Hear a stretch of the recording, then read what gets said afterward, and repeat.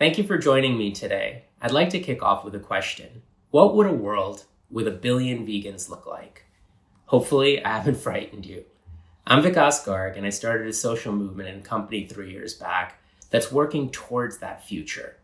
And I'm here to talk to you today about why that's so important. First, I'd like to share a little bit about my journey and how I got here. I was born in the 80s into a vegetarian family in India, and I moved to New York when I was 4. At the time, being vegetarian wasn't so easy, but in a place like New York City, it was easy enough to get by. Dairy became a huge part of my diet. My food pyramid was basically a huge slice of pizza. My mom also raised me to be very compassionate, and I grew up loving bugs and animals. Growing up on the streets of New York City and its public school system definitely toughened me up, but in my late 20s, my life went into crisis mode. My mom got breast cancer, and my dad had heart problems, and eventually a triple bypass. Both of them had lots of complications, and sometimes I thought I was going to lose them. I was working on Wall Street, and the combination of the financial crisis in 2008 and my parents being sick put me over the edge. I was pretty destructive. I was lucky to be surrounded by amazing people who helped me get through it, and today my parents are healthy. That time in my life triggered a lot of reflection. I asked myself, why did 2 people who seemed to be so healthy get so sick? Until then, I never really thought about the role of food. After all, we were already vegetarian. When I started to look at that, I found out just how damaging dairy is. Between all of the cholesterol, the fat, and things like antibiotics and hormones that all go into the process, and how they were messing with our bodies. I started to go vegan, but it was really, really hard. I felt like it was a huge sacrifice and a compromise. I found myself constantly talking to waiters, chefs, and even alienating a lot of my friends. Today, both me and my parents are vegan. My parents look and feel 20 years younger, and our decision has created consciousness and a feeling of purpose every single day. When I turned 36, I finally stepped out of my career to create a company that aligned with my values. And in the last 3 years, there hasn't been a single day where I've looked back and regretted that decision. Today, the idea of changing how we eat isn't just about our culture or our health or even the animals.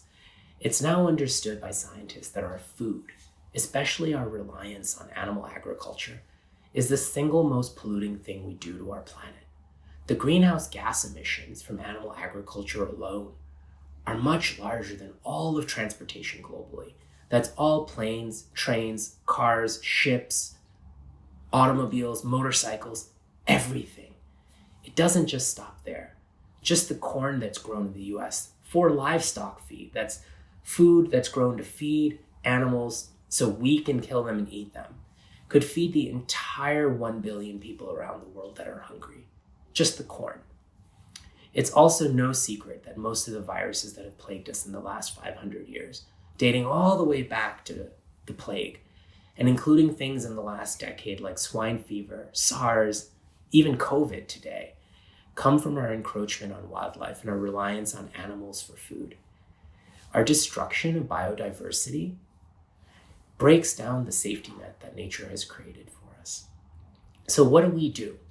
We're really excited about building a company that's helping change food systems around the world and making sustainable options plentiful and amazing everywhere.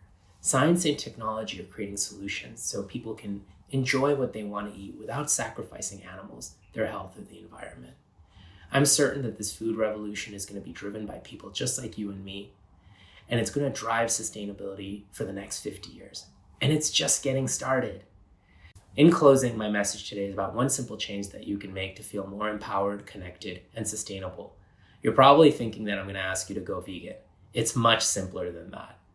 A few years back, I read that His Holiness, the Dalai Lama, practices a form of empathy in his daily life that he credits for a lot of positivity in his life. It's changed my life, and I want to share it with you. I want you to try it, even for just a day.